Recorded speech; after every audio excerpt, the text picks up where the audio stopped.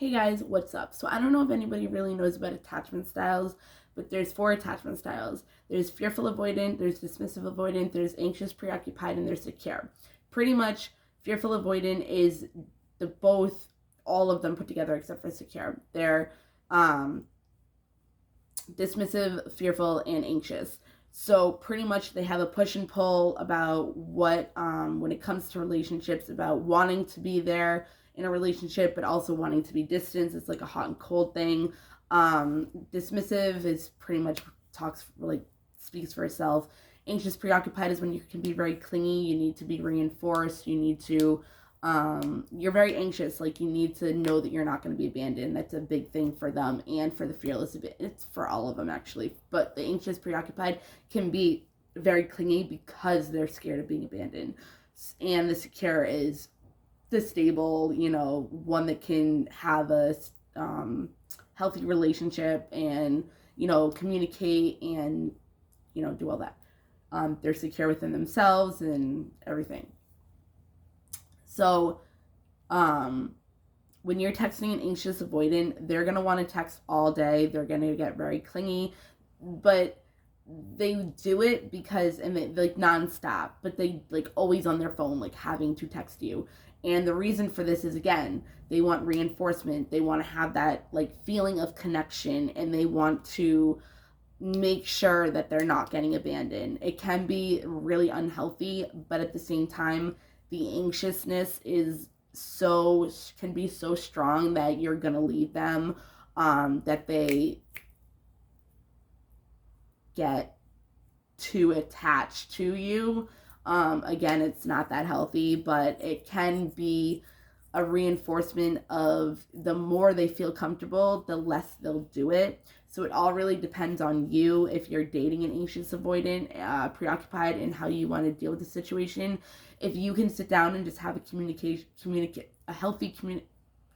talk, if you can sit down and have a talk with them and just let them know and make them feel validated and make them feel like their feelings matter and that you care about them enough that you're not going to abandon them, but explain to them how you can't be texting all day, they'll feel more secure in letting go more with certain things that actually help them go more into a secure attachment style energy, which is awesome. But you should, if you're dealing with somebody that's very clingy and they're very like attached and they like want connection and they are scared and petrified that you're going to leave them, look up anxious preoccupied attachment styles, and then you can understand a little bit more why they are that way and how to deal with it better.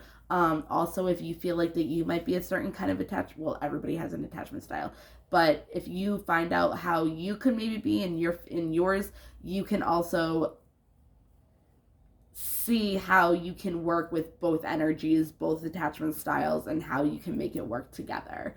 But yeah, that's just how it would be if you're texting with an anxious preoccupied attachment style person. Just remember, when somebody is like these, when people are like these, like the 4 attachment styles, when you have a certain person that's fearless, avoidant, dismissive, or anxious preoccupied, it's very important to understand how they communicate, how they work, why they do the things they do, because it might not be like, oh my god, this person's so clingy, I can't even deal with it. It might be because of the abandonment. It could be, it's because of some kind of trigger within them, that something happened, like as a child, as a toddler, as a baby. Like, that's where our attachment styles come from. They come from how we were with our caregiver. So if a fearless avoidant they're mainly in a unpredictable environment. Dismissive is when they're more like neglected and not really paid attention to, and they're dismissive, their parents are dismissive with them. Then that's that. Anxious is when they're clingy to their parents because they're not getting the attention that they need, so it makes them anxious that they're going to abandon them. All of them have abandonment in that, but that's why I'm explaining that's what the anxious preoccupied. Everybody has a love language. Everybody has some kind of diagnosis. And even if you're not actually diagnosed with something, there's something. Everybody has a personality disorder, and everybody has an attachment style. When I mean personality disorder, I don't mean like you're crazy and you're unstable. I'm just saying, like, even the littlest quality of something, like if you're push and pull with a relationship, that's like a quality to borderline personality disorder. Not saying you have borderline personality disorder, but we all have qualities.